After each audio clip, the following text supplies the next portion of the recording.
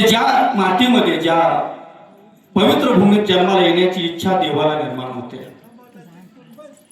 ज्याने हे जग निर्माण केलं, ज्याने ही सृष्टी निर्माण केली, ज्याने हे विश्व निर्माण केलं, त्या भगवंताला असं वाटतं की आपण या भूतलावर जावं, या भूलोकामध्ये जावं, माणसाच्या जन्माला यावं.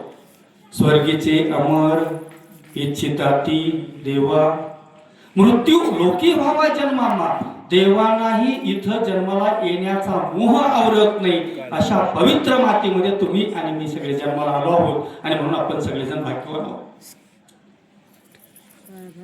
या मनुष्य देहाला येण्याचा हेतू, मनुष्य देहाला येण्याचं कारण आणि मनुष्य देहाला आल्यानंतर आपल्याला जे जे काही मिळावं अशी अपेक्षा आहे, अशा प्रत्येक गोष्टीचा विचार संत साहित्याचे अभ्यासक, महाराष्ट्राच्या संत परंपरेचा स्वाभिमान आणि इंद्रायणीच्या तीरावर भक्तीची साधना करून सर्वसामान्यांसाठी मोक्षाचा देवयान मार्ग ज्या महात्म्याला खुला केला आणि हे विश्वची माझे घर, ऐसी मती जयाची स्थिर, किंबहुना चराचर आपणची झाला, हे सांगणाऱ्या संत श्रेष्ठ ज्ञानोबरायांनी आपल्या प्रत्येक अंगाला, प्रत्येक जीवनातील विभागाला स्पर्श केला.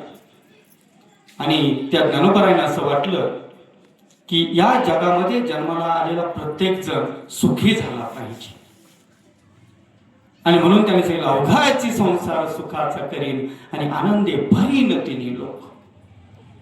या जगातल्या प्रत्येकाला मी आनंदाने आणि सुखानं ओतप्रोत भरून टाकेल, हे स्वप्न ज्या ज्ञानोबांनी पाहिलं.